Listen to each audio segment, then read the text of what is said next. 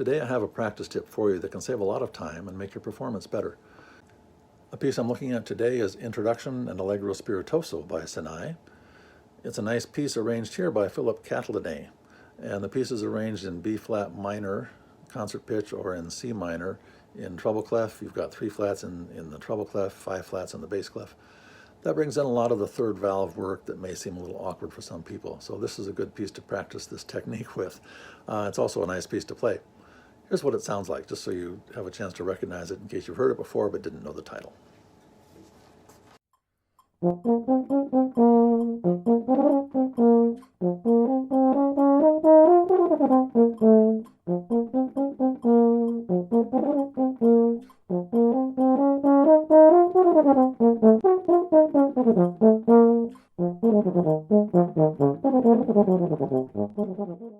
You should always work up a piece that has technical difficulties, starting at a slow tempo, working for accuracy at that slow tempo, and gradually bringing the tempo up until you get it where it needs to be.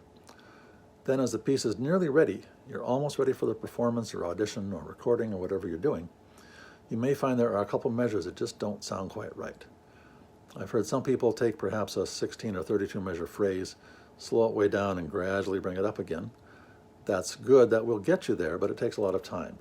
If you're already in pretty good shape on the piece, focus on the 2 or 3 measures perhaps within that passage that are not quite right.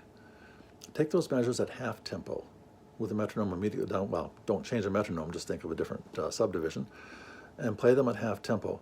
As you play them, work for accuracy, obviously, as you did before, but this time, listen very carefully to the changes between notes.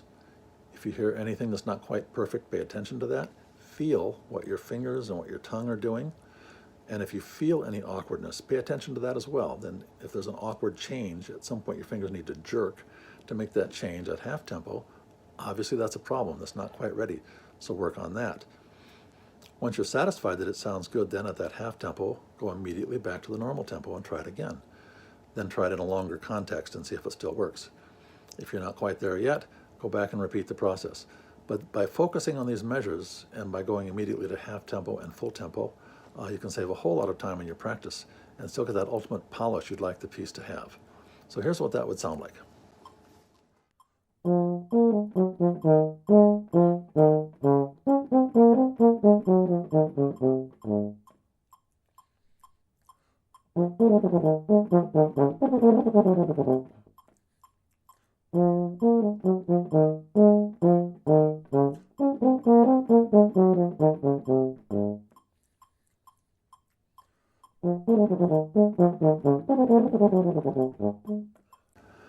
I encourage you to try this practice technique.